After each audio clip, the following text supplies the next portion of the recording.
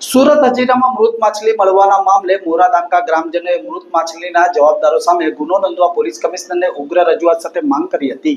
સુરતના હજીરાના મોરાદામકા ગામમાં મોટી સંખ્યામાં મૃત માછલી મળી આવવાનો મામલો ચકચારિત બન્યો હતો, જેથી હજીરાના મોરાદામકાના ગ્રામજનોએ સુરત પોલીસ કમિશનરને રજૂઆત કરી હતી।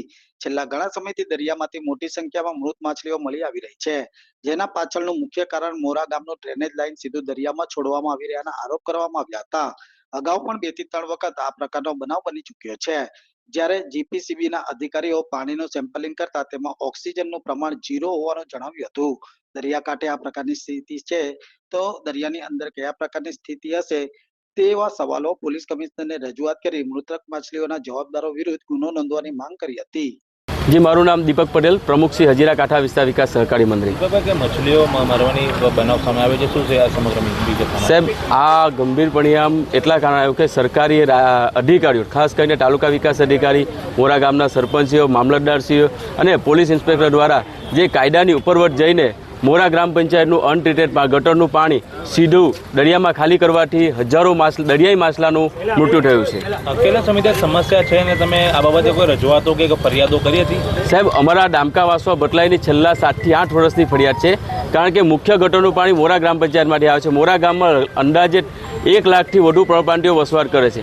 આ પર્ણપ્રાંતિઓના જે તમામ ગટરનું જે પાણી છે મળ મિશ્રિતવાળું, એ સીધું ને સીધું કોઈ પણ પ્રકારના સુએજ ટ્રીટમેન્ટ પ્લાનની ટ્રીટમેન્ટ કર્યા વગર સીધું દરિયામાં છોડવામાં આવે છે, અને જેના કારણે હજીરા વિસ્તારમાં દરિયાઈ જળ સંપત્તિને અને હજીરા કાંઠા વિસ્તારના ગામ લોકોના આરોગ્યને ભયંકર રોગચાળો ફાટી નીકળવી પરિસ્થિતિ છે। જીપીસીબીના અધિકારીઓ કલેક્ટરમાં રજૂઆતો કરી તમે?